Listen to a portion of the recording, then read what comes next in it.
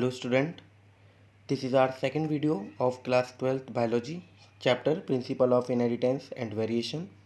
Student, in our last video we have discussed about meaning of inheritance, Mendel's contribution, his working method and contrasting trait.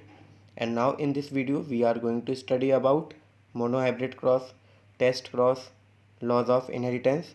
So student, let's start with inheritance of one gene, that is monohybrid cross.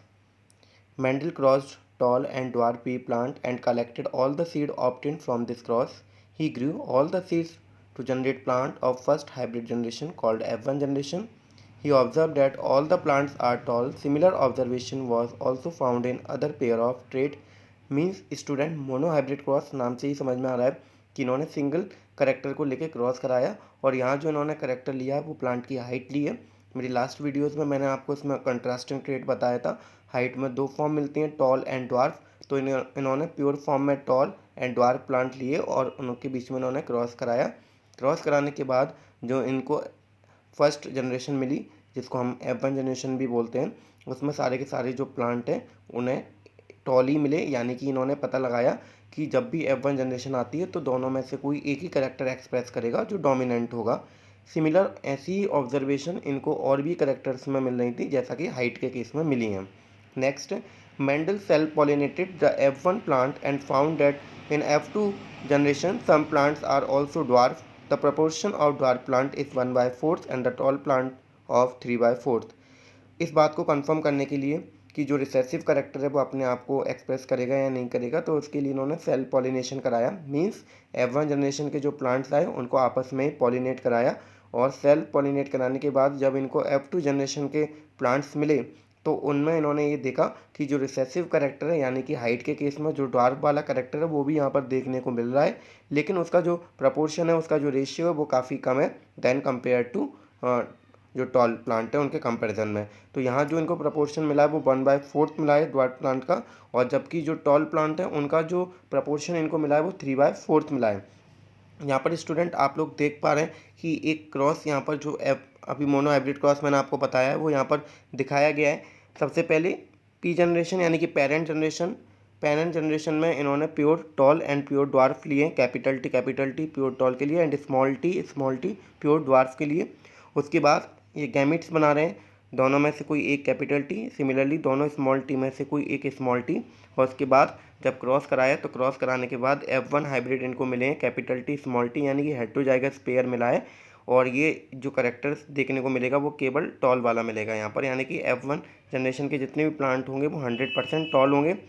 उसके बाद इन्होंने cell pollinate कराया। Cell pollinate कराने के बाद जो इनको F2 generation मिली है उसमें जो इनको रेशियो मिला है वो रेशियो मिला है 1:2:1, यानी कि एक प्लांट प्योर टॉल है, दो प्लांट जो है वो आपके हाइब्रिड आए हैं और एक है प्योर ड्वार्फ। ये जो रेशियो है इसको हम बोलते हैं जीनोटिपिक रेशियो।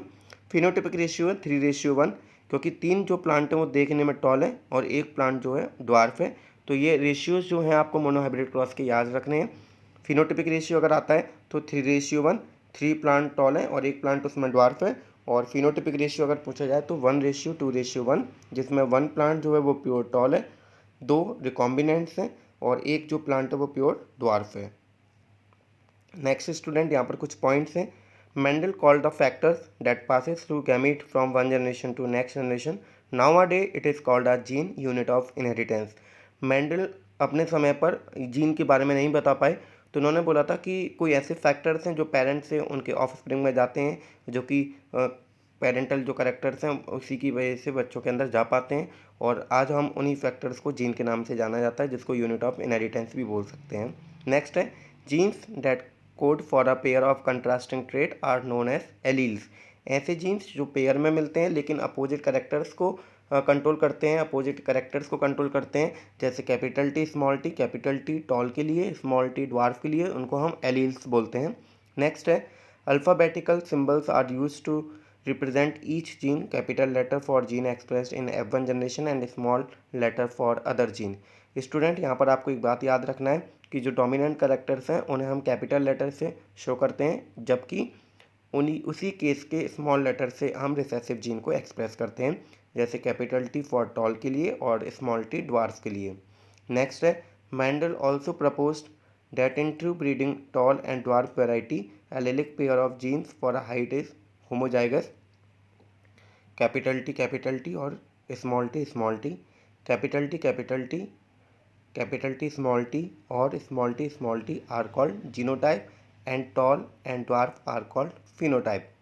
मेंडल ने जो ट्रू ब्रीडिंग कराई थी उसमें इन्होंने pure tall and pure dwarf लिए थे, तो उसको हम होमोजाइगस बोलते हैं, जिसमें सेम जीन प्रेजेंट होते हैं। कैपिटल टी प्योर टॉल के लिए and small T pure dwarf के लिए। ऐसे पेयर को हम होमोजाइगस पेयर बोलते हैं। और इसके बाद जो इनको फाइनली F2 जनरेशन जो इनको मिली, वहाँ पर 3 तरीके के जीनोटाइप मिले, capital T small T and small T. तो उन्होंने उनको बोला जीनोटाइप। जबकि इन तीनों में से अगर हम देखें कि कौन से करेक्टर्स हमें मिल रहे हैं, तो केवल 2 करेक्टर्स के बारे में पता चल रहा है, एक टॉल एंड ड्वार्फ, तो उसको हम बोलते हैं फिनोटाइप। नेक्स्ट है the hybrid which contain alleles which express contrasting trait are called heterozygous. ऐसे हाइब्रिड्स जो एक दूसरे के अपोजिट करेक्टर्स को कंट्रोल करते हैं, एक्सप्रेस करते हैं, उनको हम हेट्रोजाइगस बोलते हैं, जैसे capital T small T. Next है the monohybrid ratio of F2 hybrid is 3:1 phenotypic ratio है एंड 1:2:1 ये आपका जीनोटिपिक रेशियो है, जो कि मैंने अभी आपको लास्ट में क्रॉस में बताया था। Next student, test cross. It is a cross between an individual with dominant trait and a recessive organisms in order to know whether the dominant trait is homozygous or heterozygous। Means student, test cross हम ऐसे individual के साथ कराते हैं जो कि recessive organism है, dominant trait का रिसेसिव ऑर्गेनिज्म के साथ क्रॉस कराते हैं, जिससे हमें ये पता चलता है कि जो हम ट्रेट ले रहे हैं, जो डोमिनेंट ट्रेट हमने लिया है, वो होमोजाइगस कंडीशन का या हेट्रोजाइगस का है। तो उसको कंफर्म करने के लिए हम लोग टेस्ट क्रॉस कराते हैं। नीचे आप लोग डायग्राम देख पा रहे हैं, इस डायग्राम में दे रखा है। नेक्स्ट स्टूडेंट, हम बात करेंगे प्रिंसिपल्स और लॉज ऑफ इनहेरिटेंस। जो मेंडल ने 3 लॉ दिए उनके बारे में डिस्कस करेंगे, जो कि इंपॉर्टेंट है काफ़ी। Based on observation of monohybrid cross, Mendel proposed 2 laws of inheritance. Monohybrid cross के आधार पर हमें यहाँ पर 2 लॉ पढ़ने हैं, फिर उसके बाद हम डाईहाइब्रिड के बेसिस पर पढ़ेंगे। सबसे पहले लॉ ऑफ डोमिनेंस। ये क्या कहता है? It states that characters are controlled by discrete units called factors. सबसे पहले जितने भी जो करेक्टर्स हैं वो सेपरेट जो यूनिट हैं, जिनको मेंडल ने फैक्टर्स नाम दिया था, जिन्हें आज के टाइम पर हम जीन बोलते हैं, उसके द्वारा कंट्रोल होते हैं। नेक्स्ट है factors always occur in pair. जैसे जीन्स आपको पता है क्रोमोसोम्स पेयर में मिलते हैं, जीन्स पेयर में मिलते हैं, तो फैक्टर्स भी उन्होंने बोला था कि वो पेयर में ही मिलेंगे। नेक्स्ट है in a dissimilar pair of factor one member of a pair is dominant other. जो डिसिमिलर होते हैं, जिसमें एक डोमिनेंट और एक रिसेसिव होता है, तो उस तरीके का उसमें आपका जो पेयर है, जैसे हेट्रोजाइगस कंडीशन में अभी आपको बताया गया है, तो इसमें एक जो आपका एलील है वो डोमिनेंट को इंडिकेट करेगा, दूसरा रिसेसिव के लिए। नेक्स्ट यहाँ पर डिफरेंस दे रखे हैं स्टूडेंट डोमिनेंस एंड रिसेसिव में। डोमिनेंस के लिए when a factor or allele express itself in the presence or absence of its dominant factor called dominance.